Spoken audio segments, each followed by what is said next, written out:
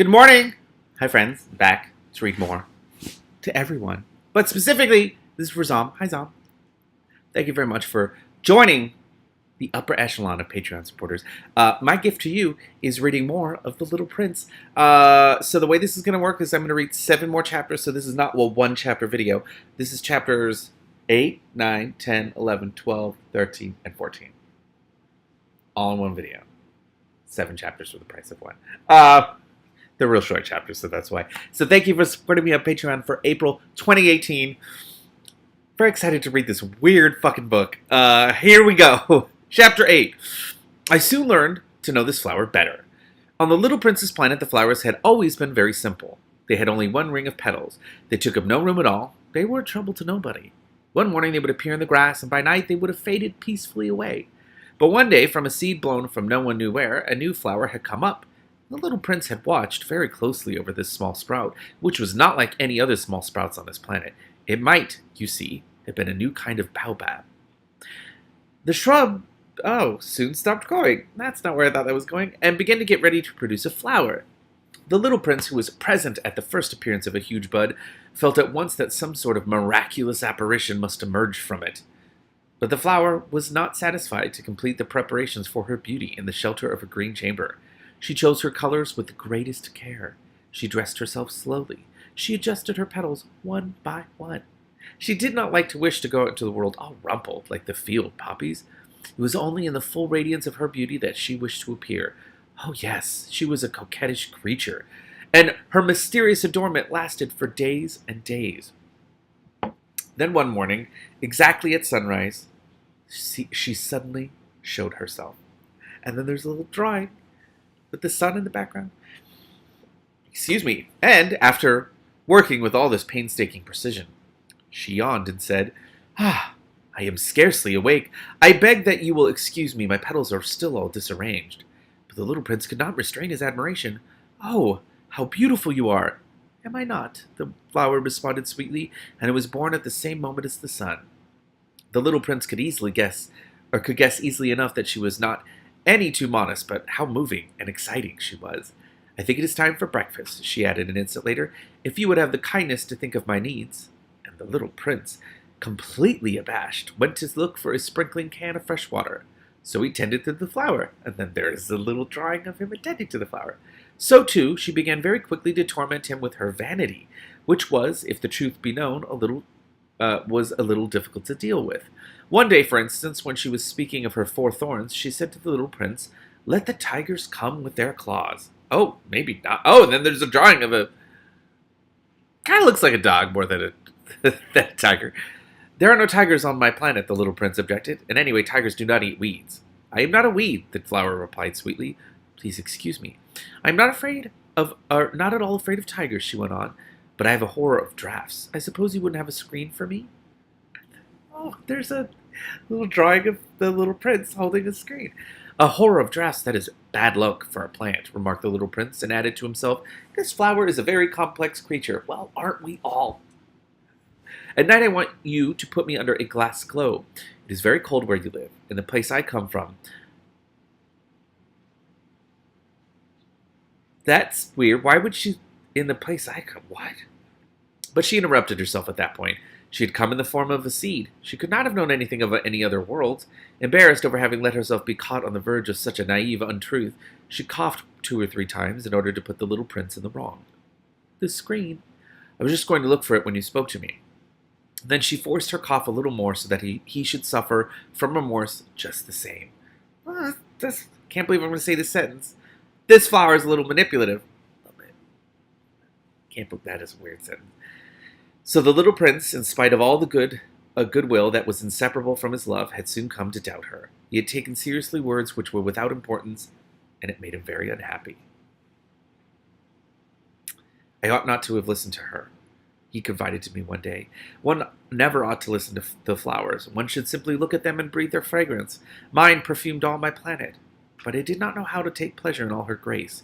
This tale of claws, which disturbed me much, should have only filled my heart with tenderness and pity. And he continued his confidences.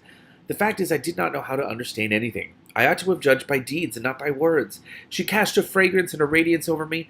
I ought never to have run away from her. I ought to have guessed all the affection that lay behind her poor little stratagems. Flowers are so inconsistent, but I was too young to know how to love her. This got real heavy, and it's about a flower. All right, chapter 9. What the hell? This is such a strange book. I believe that for his escape, he took advantage of the migration of a flock of wild birds. On the morning of his departure, he put his planet in perfect order. He carefully cleaned out his active volcanoes. He possessed 2 active volcanoes, and they were very convenient for heating his breakfast in the morning. Oh my god, that's so cute! He also had 1 volcano that was extinct, but as he said, one never knows, so he cleaned out the extinct volcano too. If they were well cleaned out, volcanoes burn slowly and steadily, without any eruptions. Volcanic eruptions are like fires in a chimney. I would not have thought of it that way, but yeah, I guess. On our Earth, we are obviously much too small to clean out our volcanoes. That is why they bring no end of trouble upon us. Oh my god. Oh, that image of him cleaning the volcano. I love it. Especially because there's a little pot on top of one of the volcanoes. The little prince also pulled up, with a certain sense of dejection, the last little shoots of the baobabs. He believed that he would never want to return. But on this last morning, all these familiar tasks seemed very precious to him, and when he watered the flower for the last time and prepared to place her under the shelter of her glass globe, he realized that he was very close to tears. "Goodbye," he said to the flower, but she made no answer. "Goodbye," he said again. The flower coughed, but it was not because she had a cold. "I have been silly," she said to him at last. "I ask your forgiveness. Try to be happy." He was surprised by this absence of reproaches. He stood there all bewildered, the glass globe held arrested in mid-air. He did not understand this quiet sweetness. "Of course I love you," the flower said to him. "It is my fault that you have not known it all the while. That is of no importance. But you have been just as foolish as I. Try to be happy. Let the glass globe be. I don't want it any more." "But the wind." "My cold is not so bad as all that. The cool night air will do me good. I am a flower." "But the animals."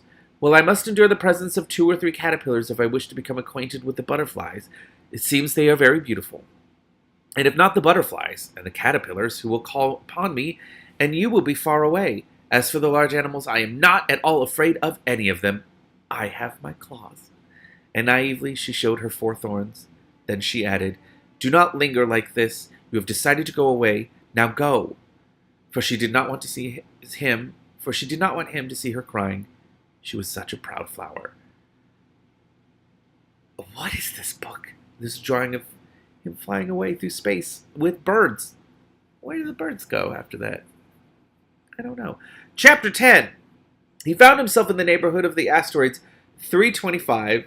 300. It's asteroids 325 through 330. He began, therefore, by visiting them in order to add to his knowledge. The first of them was inhabited by a king. Clad in royal purple and ermine, he was seated upon a throne which was at the same time both simple and majestic. Oh my god, a king on an asteroid! "Ah, here is a subject," exclaimed the king when he saw the little prince coming. And the little prince asked himself, how can he recognize me when he had never seen me before? He did not know how the world is simplified for kings. To them, all men are subjects. Oh! Why is this book just drop these little... Oh my god. "Approach so that I may see you better," said the king, who felt consumingly proud of being at last a king over somebody. The little prince looked everywhere to find a place to sit down, but the entire planet was crammed and obstructed by the king's magnificent ermine robe. So he remained standing upright, and since he was tired, he yawned. It is contrary to etiquette to yawn in the presence of a king," the monarch said to him. "I forbid you to do so." "Excuse me." "I can't help it. I can't stop myself," replied the little prince, thoroughly embarrassed. "I have come on a long journey and have had no sleep." "Oh, then," the king said, "I order you to yawn. It is years since I have seen anyone yawning. Yawns to me are objects of curiosity. Come now, yawn again. It is an order." "Ho! This king keeps escalating things. That frightens me. I cannot any more," murmured the little prince, now completely abashed. "Huh, hum," replied the king. "Then I order you sometimes to yawn and sometimes to..." He sputtered a little and seemed vexed. For what the king fundamentally insisted upon was that his authority should be respected. He tolerated no disobedience. He was an absolute monarch. But because he was a very good man, he made his orders reasonable. Oh my god, who is texting me? Oh! Shit, that's probably important.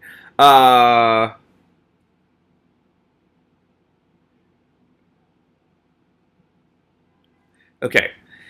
He was an absolute monarch, but because he was a very good man, he made his orders reasonable. If I ordered a general, he would say, by way of example, if I ordered a general to change himself into a seabird, and if the general did not obey me, that would not be the fault of the general.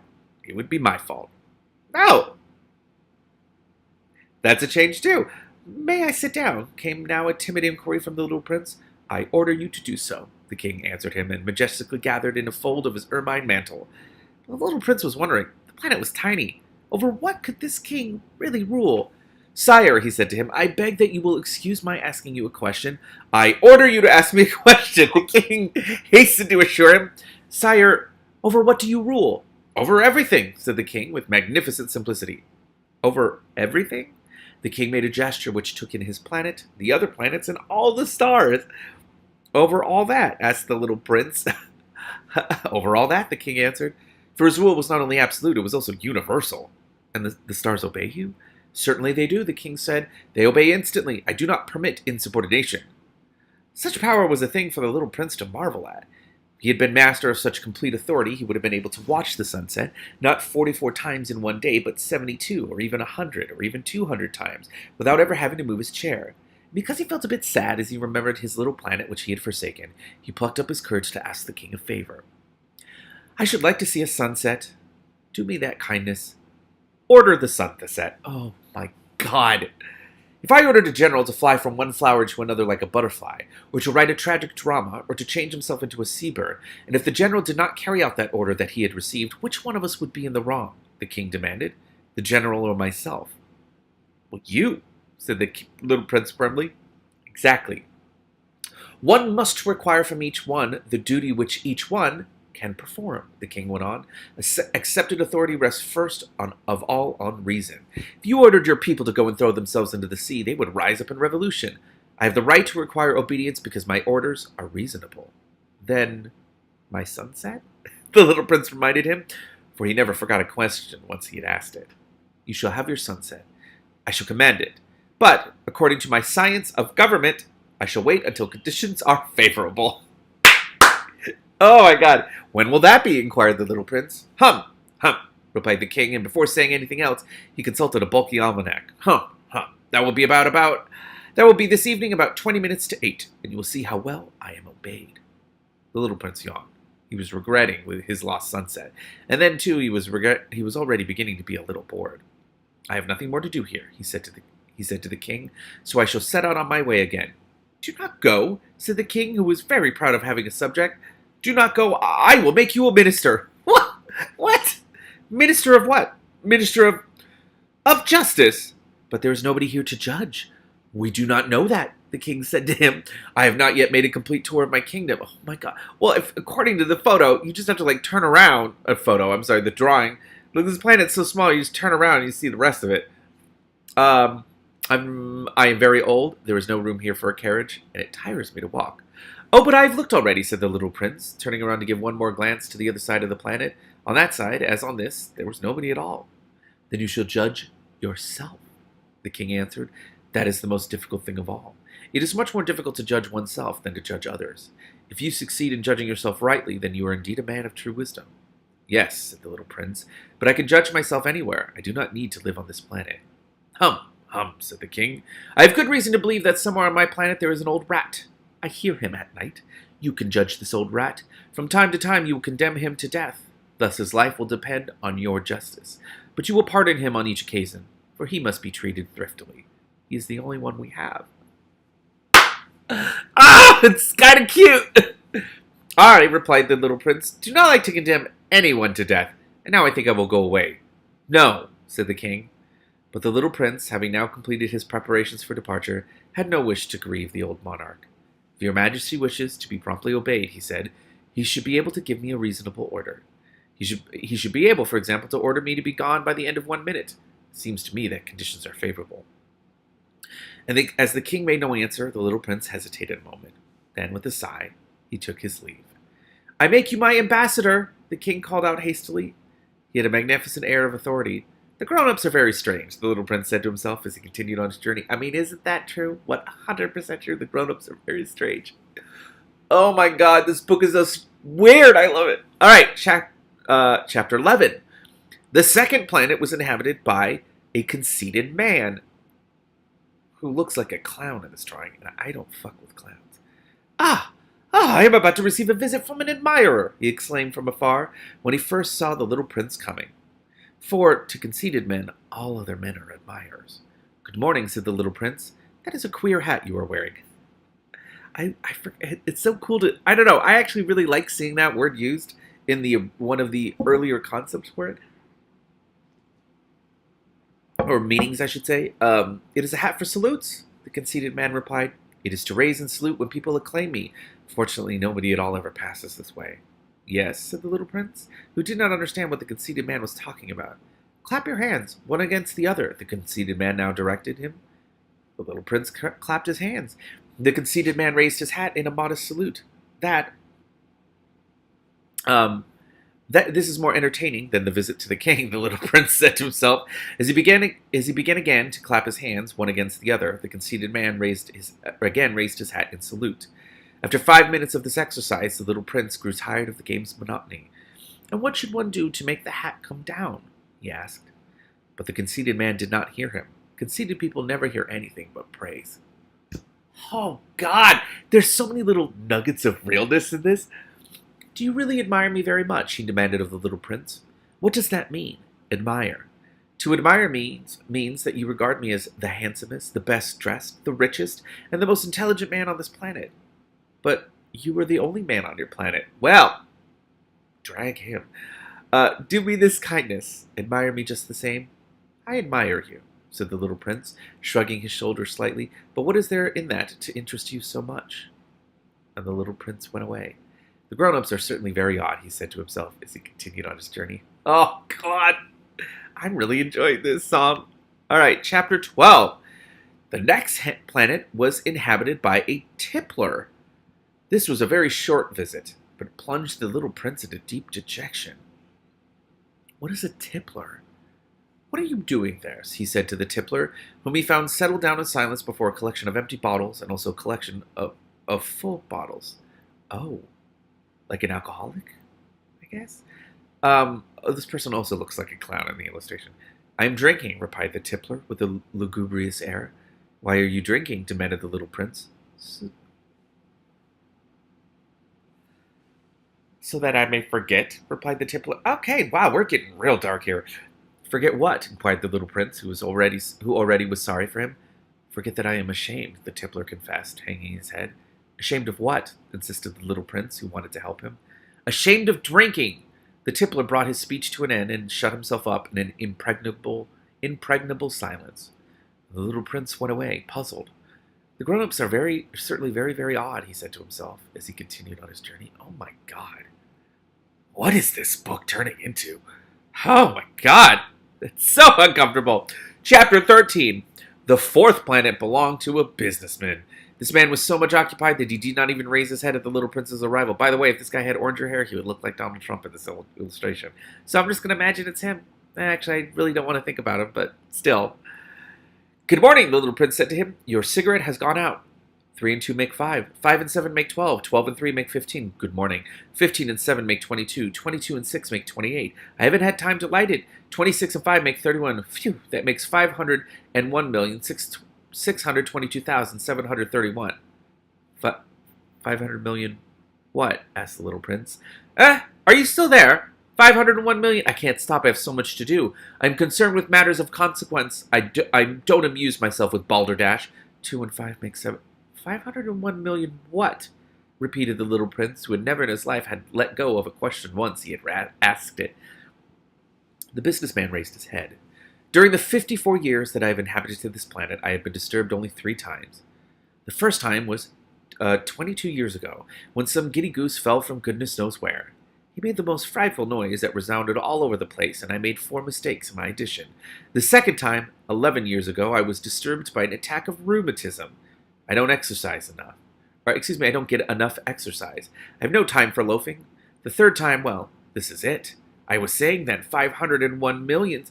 Millions of what?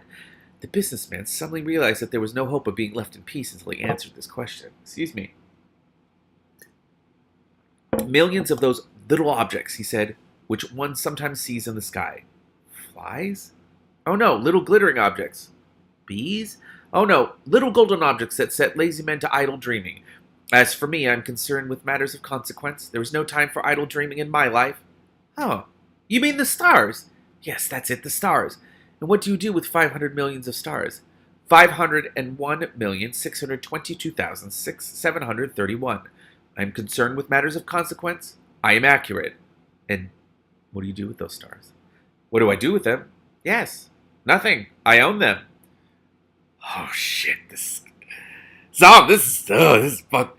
You own the stars. Yes, but I've already seen a king who kings do not own; they reign over. It is a very different matter. And what good does it do you to own the stars?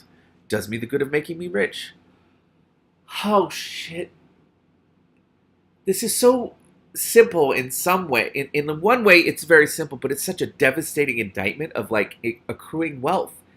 What good does it do? It doesn't do anything. You just have it and you don't do anything with it. And what good does it do you to be rich? Makes it possible for me to buy more stars if any are discovered. This man, the little prince said to himself, reasons a little like my poor tippler. Nevertheless, he still had some more questions. How is it possible for one to own the stars? To whom do they belong? The businessman retorted peevishly. I don't know. To nobody? Then they belong to me because I was the first person to think of it. Is that all that is necessary? Certainly. When you find a diamond that belongs to nobody, it is yours. When you discover an island that belongs to nobody, it is yours. When you get an idea before anyone else, you take out a patent on it, it is yours. So with me, I own the stars because nobody else because nobody else before me ever thought of owning them. Yes, that is true, said the little prince. And what do you do with them? I administer them, replied the businessman. I count them and recount them. It is difficult. But I am a man who is naturally interested in matters of consequence. The little prince was still not satisfied.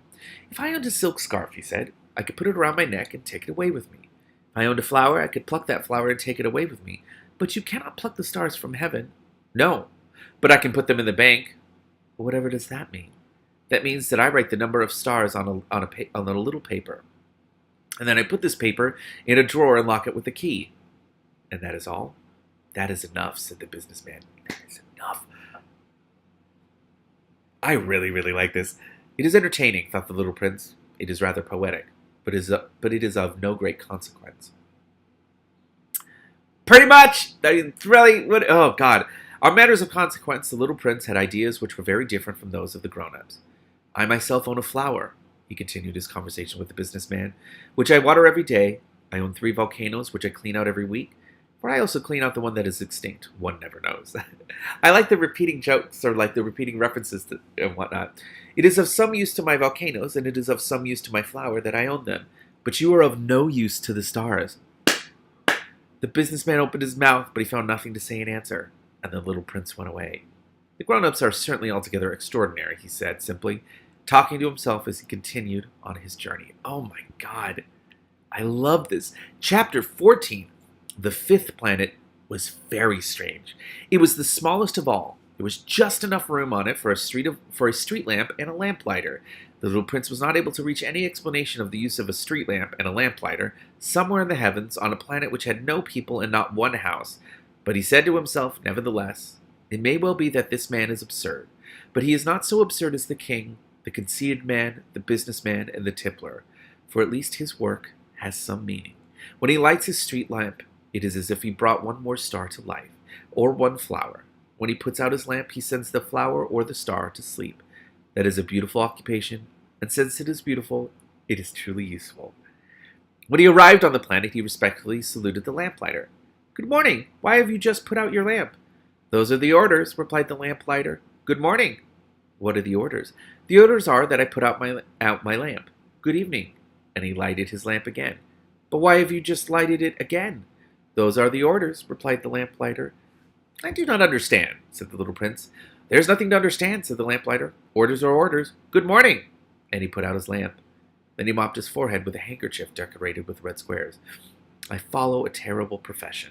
In the old days it was reasonable. I put the lamp out in the morning, and in the evening I lighted it again. I had the rest of the day for relaxation and the rest of the night for sleep. And the orders have been changed since that time? The orders have not been changed, said the lamplighter. That is the tragedy. From year to year, the planet has turned more rapidly, and the orders have not been changed. Then what? Asked the little prince. Then the planet now makes a complete turn every minute, and I no longer have a single second for repose.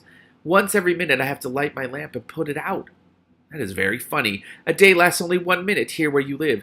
It is not funny at all, said the lamplighter. While we have been talking together, a month has gone by. A month? Yes, a month, 30 minutes, 30 days. Good evening. And he lighted his lamp again. As the little prince watched him, he felt that he loved this lamplighter. I feel like 30 minutes didn't go by. Also, wouldn't that be 15 days? Because a full day would be night and day. Just saying. Anyway, he remembered the sunsets which he himself had gone to seek in other days, merely by pulling up his chair, and he wanted to help his friend. You know, he said, I can tell you a way you can rest whenever you want. I always want to rest, said the lamplighter, for it is possible for a man to be faithful and lazy at the same time. The little prince went on with his explanation. Your planet is so small that 3 strides will take you all the way around it. To be always in the sunshine, you need only walk along rather slowly. When you want rest, you will walk, and the day will last as long as you like. Well, that doesn't do me much good, said the lamplighter. The one thing I love in life is to sleep. Then you're unlucky, said the little prince. I am unlucky, said the lamplighter. Good morning. And he put out his lamp.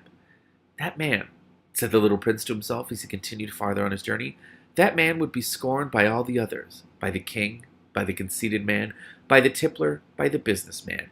Nevertheless, he is only one of them all who does not seem to me ridiculous. Perhaps that is because he is thinking of something else besides himself. Oh, shit! Oh, my God! He breathed a sigh of regret and said to himself again, that man is the only one of them all whom I could have made my friend. But his planet is indeed too small. There is no room on it for 2 people. But the little prince did not dare confess was that he was sorry most of all to leave this planet because it was blessed every day with 1,440 sunsets. This is so magical and weird and bizarre. I really, really enjoy it. Thank you, Zom. I look forward to reading more of this next month. And thanks for supporting me on Patreon. See ya!